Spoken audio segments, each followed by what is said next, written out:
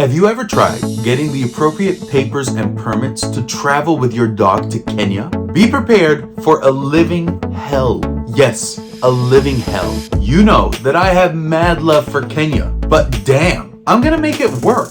But damn, as a tourist to Kenya, I don't have to deal with the day-to-day bureaucratic things that locals must deal with when working with officials. The only other time that I had such a nightmare in Kenya was dealing with customs at JKIA. I've now dealt with officials in Kenya on 2 occasions, and each time it was a shit show. To use a baseball analogy, Reggie Jackson.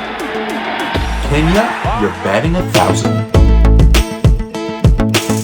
I expected that there would be a couple entry requirements, but it quickly became clear that neither the US nor Kenya has thought this process through. As a result, it is a money grab by private US animal health officials. Private US doctors will seek to fleece you out of your hard-earned cash whenever possible. Just assume that any US private health official will seek to lighten your wallet. On Kenya Airways, I had the choice to fly CUSE in cargo or in the main cabin with me. To fly in the main cabin, CUSE would either have to be a service dog or an emotional support animal. I opted for the emotional support animal route because it seemed easier to attain, given that I do get really stressed on flights. Just so you know, I was a basket case on my last flight returning from Kenya. My seat was cramped, and this mosquito was crammed in the corner. Also, I was so stressed that I got the worst headache in my life, and no one had any pain medication. I tried to upgrade my seat to get a little bit more room to be comfortable, but there were no available seats. Lesson learned, I already upgraded my seat on my return trip to Kenya next week. My dog CUSE has an amazing calming effect on me.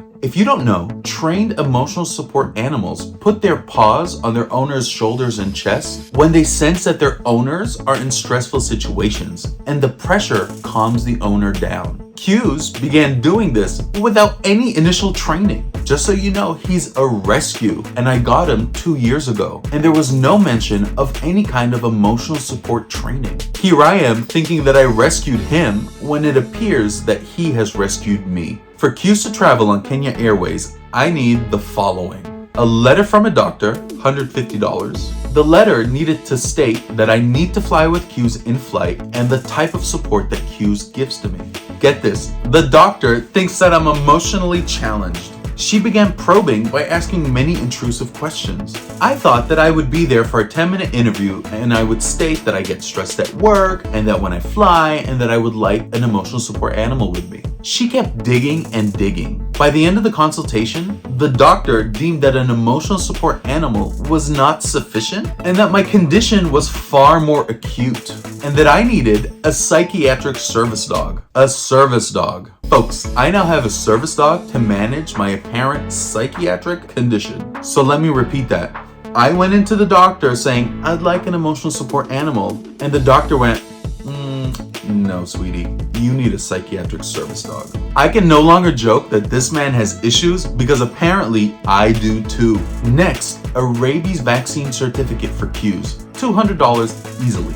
Next, a US Department of Transportation service animal transportation form to show that my dog is trained. And guess who trained him? Me. I was actually shocked that I wasn't required to take CUSE to a certified trainer. But don't get me wrong, CUSE has been perfectly trained by me. You'll see how good he is when we walk the streets of Nairobi. Next, a US Department of Transportation Animal Relief Attestation form to show that the dog doesn't need to pee or poop in flight or that I have diapers and pads for him. Next, a pet import permit, $50 minus shipping. This process was total comedy. Kenya Airways gave me the name and number of a contact in Kenya who can provide me with a pet import permit. They never responded to my emails or calls. I tried calling other contacts in Kenya, and one guy answered the phone sleepily and said, yeah, call me back tomorrow when I'm near my computer and I might be able to help. Really? I ended up using the Kenyan embassy in Washington. This process took over a week to get the pet import permit. I spoke to a lady on the phone that was very snappy because apparently I was asking her to do her job. I'm sure she's related to this clipboard lady. I submitted this to the Kenyan embassy.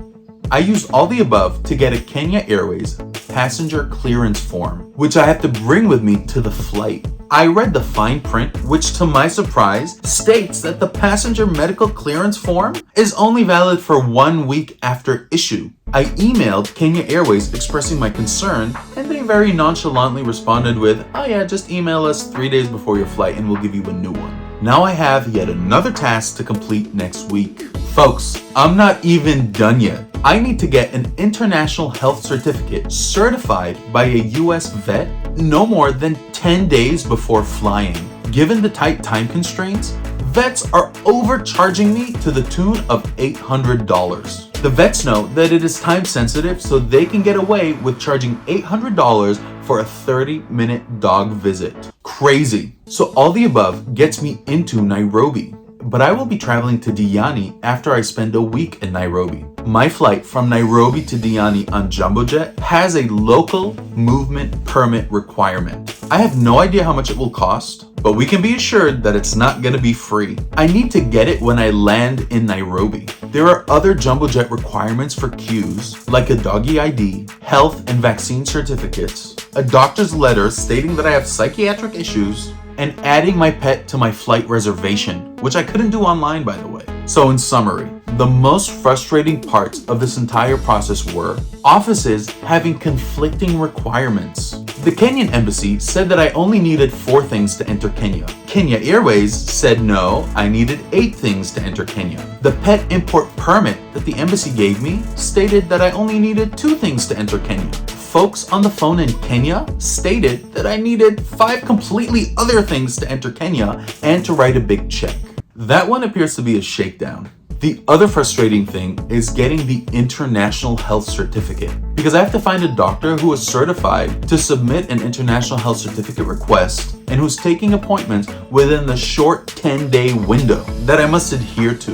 And then I have to make sure that my dog doesn't get sick anywhere near this timeline. I've done everything asked of me, but I still can't shake the feeling that once I land in Nairobi, someone is gonna want a piece of the action by asking me for money. So here's where you come in. Does anyone know anything about this local movement permit required for service animals? I would love to get some advice from you on what to expect and what type of responses I should be prepared to give.